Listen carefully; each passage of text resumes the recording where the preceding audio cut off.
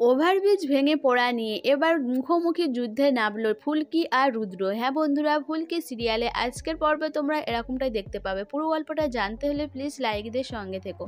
ফুলকি যে রুদ্রকে গাড়িতে টাকা দিতে দেখেছে সেইটা ফোন করে রোহিতকে জানায়। রোহিত আর অংশুমানকে ডেকে পাঠায়। রোহিত আর অংশুমান এসে হাজির হয় ফুলকির কাছে। ফুলকি সমস্তটা খুলে বলে।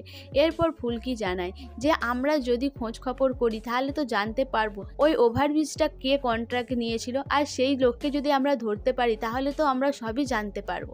এরপর অংশুমান বলে যে ফুলকির যা বুদ্ধি, এবার মনে হয় আমার চেয়ারটা ফুলকিই নেবে রোহিত। এরপর রোহিত ফুলকি আরে ঠিক করে যে ওভারব্রিজের এই কন্ট্রাক্টটা নিয়েছিল তাকে খুঁজে বার করবে। এরপর অংশুমান গিয়ে হাজির হয় একটা অফিসে।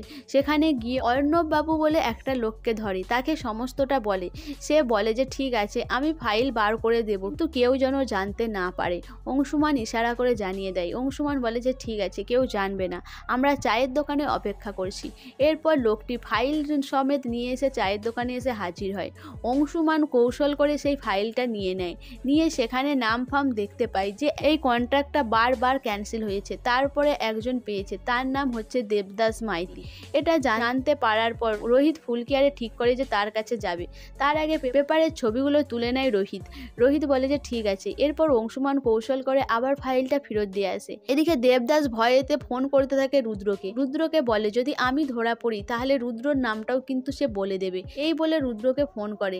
এদিকে দেবদাস ভয়ে কুঁকড়ে থাকে। তার স্ত্রী বারবার জিজ্ঞাসা করে কি হয়েছে, কিন্তু দেবদাস কোনোভাবেই বলে না। এরপর দেবদাসকে খবর দেয় যে তার নামে ইনকোয়ারি হচ্ছে, তার নামে ডায়েরি করেছে আর পুলিশ যাবে তার বাড়িতে। এটা জানতে পেরে দেবদাস তার বউকে বলে যে কেউ আসলে যেন বলে সে বাড়িতে নেই। এরপর সেখান থেকে পালিয়ে যায়। এরপর ফুলকি রোহিদারে তারা এসে হাজির হয় দেবদাসের বাড়ি। দেবদাসের বউকে জিজ্ঞাসা করাতে তিনি জানায় যে তিনি অনেক দিন হয়ে গেছে বাড়ির বাইরে হচ্ছে, 1 মাস হয়ে গেল। এরপর ফুলকি আরে গোটা ঘর তন্ন তন্ন করে খুঁজে দেখে। ফুলকির সন্দেহ হয় যে এখানে 2টো প্লেট খাবারের পড়ে আছে, তাহলে নিশ্চয়ই দেবদাসবাবু বাড়িতে ছিলেন। এরপর দেবদাস আর দেবদাসের স্ত্রীর ছবি তুলে নেয় রোহিত অংশুমানকে সেই ছবিটা দেয়। বলে এই ছবিটা তোমার কাজে লাগবে, থানাতে দাও বা তুমি অন্য কাউকেও দেখালে তবু দেবদাসের খোঁজ দিতে পারবে। এটা জানতে পেরে অংশুমান বলে যে একটা ঠিক কাজ করেছো রোহিত, এবার দেখি দেবদাসকে যদি তুলে আনতে পারি তাহলে কিন্তু আমরা সব সত্যিটা সামনে আনতে পারবো। এদিকে পিয়ালো সুস্থ হয়ে ওঠে একটু একটু করে। রুদ্র তাকে সান্ত্বনা দেয় যে এই পোল ভেঙে পড়া নিয়ে একটা তদন্ত হচ্ছে আর সেটা শীঘ্রই হবে। এদিকে আগামীতে দেখানো হয় ফুলকি বলে যে এইভাবে আর লড়াই হবে না, এবার সরাসরি লড়াই হবে জামাইবাবুর সাথে আমার।